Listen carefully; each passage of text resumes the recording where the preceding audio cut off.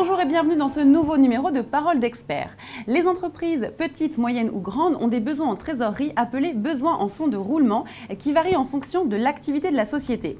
Cette dernière peut faire face à des retards de paiement, à des clients défaillants, à un besoin d'embauche, etc. et elle aura donc besoin de liquidité. Maintenir une trésorerie saine est une chose extrêmement importante. Et pour parler de ce sujet, j'accueille Madame Sandra Boissonnade, directrice générale de la société Atlantique. Bonjour Madame Boissonnade. Bonjour. Alors pourquoi est-ce si important pour les sociétés d'améliorer leurs besoins en fonds de roulement ? Alors d'abord, je vais commencer par définir ce que c'est que le besoin en fonds de roulement. Oui. C'est le montant en euros qu'une entreprise a besoin pour fonctionner et surtout pour pallier les écarts entre les encaissements et les décaissements qui vont tirer sur sa trésorerie. La formule est assez simple. On additionne les stocks aux créances clients et on retranche les fournisseurs et les dettes sociales et fiscales. Ça donne un montant. S'il est positif, c'est que vous allez avoir besoin de vous financer pour vous développer. Il y a des recettes quand même pour travailler sur ce BFR. La première étant de comprendre ce que c'est, de le suivre, de l'anticiper au maximum en faisant des prévisions, parce que votre besoin en fonds de roulement va vraiment se développer, grossir au fur et à mesure de la croissance de votre activité. Donc il faut être vigilant sur les encaissements, négocier avec vos partenaires fournisseurs des délais raisonnables de paiement et surtout veiller à avoir toujours le juste niveau de stock dans l'entreprise. Ce qui est important d'avoir à l'esprit, c'est que le besoin en fonds de roulement n'est pas juste un sujet de financier, il doit mobiliser tous les acteurs de l'entreprise, du commercial à l'acheteur jusqu'au directeur général. La rotation des stocks des entreprises, elle est plutôt lente. Qu'est-ce que proposent les banques comme type de financement, crédit, prêt, etc. Alors, si je peux me permettre, je ne dirais pas que la rotation des entreprises, des stocks des entreprises est lente. En fait, c'est vraiment variable d'un secteur à l'autre, d'une entreprise à l'autre. Là, il faut être vigilant vraiment particulièrement, c'est les délais cachés. C'est-à-dire le temps que va mettre la marchandise pour arriver chez vous. Donc partir d'un pays A qui est un petit peu lointain pour arriver à un pays B, en passant par du transport maritime, ça prend du temps et pendant ce temps-là, le stock pèse sur votre trésorerie. Également, il y a le cycle de fabrication. C'est plus ou moins long de fabriquer un produit. Là aussi, vous devez attendre avant de générer de la trésorerie grâce à la vente de vos stocks. Également, le cycle de vente est à prendre en compte. Ce que proposent les banques en général, c'est du financement de stock sur gage. C'est un prêt, tout simplement, dont votre stock servira à couvrir le prêt en cas de problème. Donc en général, le financement va représenter 80% de la valeur de votre stock. Il est donc limité en montant. Par ailleurs, il est souvent limité dans le temps parce que quand le produit est vendu, le financement s'éteint tout naturellement. C'est un système qui s'assortit d'un contrat avec un gagiste qui viendra contrôler chez vous dans votre entreprise le stock et vérifier surtout s'il est là et s'il a la bonne valeur puisqu'il garantit le prêt qui vous est fait. Il y a d'autres systèmes aussi comme les crédits de campagne qui sont plus adaptés aux entreprises saisonnières et leur permettent d'avoir une avance de trésorerie sur la marchandise en attente que celle-ci soit vendue. Donc il y a vraiment d'autres solutions, mis à part les crédits, les prêts, etc. Il y a quand même des solutions bien adaptées en fonction de l'activité de chaque société. Donc les banques accompagnent ces sociétés. Les banques accompagnent les sociétés, mais comme on l'a vu dans mon explication, c'est limité. C'est-à-dire qu'on ne va jamais financer 100% du stock. Ce ne sera pas forcément une solution pérenne qui va accompagner toute la croissance de l'entreprise. Et ça ne va adresser que le stock. Or, le besoin en fonds de roulement, c'est le stock certes, mais aussi les créances clients et les dettes fournisseurs. Donc il faut une démarche complète sur le cycle d'exploitation. Est-ce que les entreprises ont l'impression aujourd'hui que les banques les abandonnent ? Je pense notamment aux petites PME qui auront peut-être beaucoup besoin de liquidité et de trésorerie. Oui, je pense que les PME ont ce sentiment qui est partiellement vrai, parce qu'en fait, les banques ne peuvent pas financer 100% d'une entreprise. Ça leur fait prendre une exposition trop élevée par rapport à leur propre bilan. Donc effectivement, il y a un manque aujourd'hui de financement sur le marché. D'ailleurs, ça se voit assez vite parce que les entreprises ont des difficultés aujourd'hui à se développer et se tournent parfois vers des solutions qui ne sont pas des solutions bancaires. Le MEDEF a même lancé une initiative très récemment qui consiste à développer une plateforme numérique qui va mettre en relation spécialement justement des PME avec des investisseurs, des banquiers et des assureurs. Et le principe, c'est 500 millions d'euros débloqués pour 500 PME en France. Beaucoup d'entreprises font face à des retards de paiement.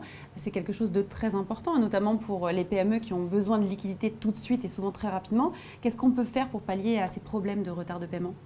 Déjà, il faut agir avant d'émettre la facture et savoir à qui on va vendre le produit. Donc, faire une petite analyse du débiteur, ça peut se faire très facilement avec des sites internet de renseignements commerciaux. Vous pouvez aussi avoir recours à de l'assurance crédit qui va vous donner une limite de crédit et donc un indice sur la solvabilité de votre acheteur. Si jamais il y a une difficulté, que vous voyez que le potentiel de commerce est bien supérieur à celui de cette limite de crédit, vous pouvez tout à fait mettre en place avec lui des paiements comptants, des paiements à la commande ou un séquencement des paiements à différentes tranches de livraison, par exemple, pour minimiser le risque. Pensez aussi, parce qu'il n'y a pas que des mauvais payeurs avérés, il y a aussi des gens qui profitent de la situation tout simplement parce qu'ils vont servir le fournisseur qui va le plus le recouvrer. Donc pour passer devant les autres, pensez à la pré-relance. Oui, à la pré-relance avant l'échéance de la facture, vous commencez à dire attention, vous avez une facture qui sera à échéance dans une semaine, etc. Pour l'habituer à avoir un contact et une demande de paiement. On prévient. En prévision, voilà, en préventif et pas en curatif uniquement. Ce qui est aussi assez malin, c'est de mettre en place dans vos CGV des pénalités en cas de retard de paiement. Il faut qu'elles soient suffisamment élevées pour que justement celui qui est juste un peu de mauvaise foi n'ait pas envie d'aller jusque-là. On parle aussi du portage de stock. Alors qu'est-ce que c'est exactement ça, ce portage de stock? Le portage de stock, c'est tout simple. C'est au-delà du financement, une solution par laquelle une entreprise A cède à une entreprise B ses produits en stock. Pour autant, elle continue de les avoir dans ses locaux, de continuer à les assurer, à en assurer la commercialisation, mais elle ne subit pas le portage financier, donc la ponction de trésorerie nécessaire au maintien de ses stocks dans son activité. Alors vous travaillez dans ce domaine d'activité, vous êtes ici experte de ce domaine-là, vous êtes directrice générale de la société Atlantique. Qu'est-ce que vous faites exactement au sein de cette société? Justement, Atlantique, c'est la solution idéale pour traiter la gestion et l'amélioration du besoin en fonds de roulement. Atlantique a développé une solution qu'elle a voulu la plus opérationnelle possible, la plus concrète, la plus adhérente aux besoins des clients et des PME en particulier, pour les aider à se développer, à booster leur croissance sans avoir à gérer les soucis liés à cette trésorerie. Alors la solution d'Atlantique, elle fonctionne de la manière suivante. L'entreprise va passer une commande à ses fournisseurs sur un bon de commande à en-tête Atlantique. Ça matérialise du coup le lien entre le fournisseur et Atlantique. Le fournisseur va ensuite adresser les factures de l'entreprise directement à Atlantique qui va les payer. À ce moment-là, les stocks, les produits achetés passent dans le bilan d'Atlantique. Pour autant, ils sont, comme dans tout portage de stock, laissés dans les locaux de l'entreprise ou chez son logisticien éventuellement. Et elle va pouvoir en disposer, elle, pour faire son acte de commercialisation. Donc l'entreprise va disposer de ces stocks, même s'ils sont dans le bilan d'Atlantique, pour pouvoir les vendre. Et à ce moment-là, donnera l'instruction à Atlantique, au fur et à mesure de ses ventes, de faire la facture à ses clients destinataires et d'aller jusqu'au bout de la chaîne, c'est-à-dire encaisser, recouvrer si nécessaire, accélérer l'encaissement de ses créances. Bien évidemment, la différence entre la marge, c'est-à-dire le prix de vente des produits et le prix d'achat, est reversée à l'entreprise puisque c'est elle qui garde le commerce des produits. Tout l'intérêt également de la solution d'Atlantique, c'est qu'au démarrage de la relation, elle va pouvoir, si l'entreprise le souhaite, racheter déjà le stock existant dans l'entreprise. Donc le bénéfice, il est immédiat puisque l'entreprise va sortir le stock de son bilan et en échange de cela, avoir une trésorerie qui arrive directement dans l'entreprise et qui va correspondre à la valeur de ce stock, qu'elle va pouvoir réinvestir et réutiliser pour d'autres objets. Alors on voit qu'Atlantique est une grande société qui s'occupe donc de PME, de TPE, de grands groupes, etc.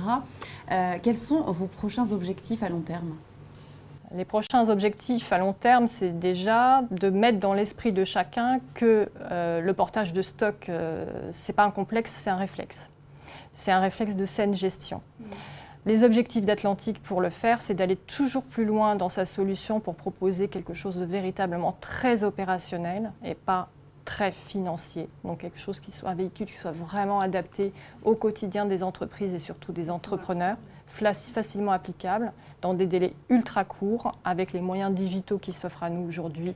C'est facile et c'est important aussi, c'est même crucial de pouvoir développer un modèle qui va donner et restituer de l'information aux entreprises sur les données qu'ils ont confiées à Atlantique. Donc ça, c'est vraiment un objectif d'Atlantic, d'être de plus en plus agile et de plus en plus adhérent aux entreprises qui sont ses clientes. Donc écoutez leurs besoins tout simplement. Écoutez leurs besoins tout simplement, ce sera le mot de la fin. Je vous remercie d'avoir été présente sur ce plateau. Merci Fanny. Merci, bonne continuation à vous. Merci à vous de nous avoir suivis. Je vous donne rendez-vous très prochainement pour un nouveau numéro de Parole d'Expert.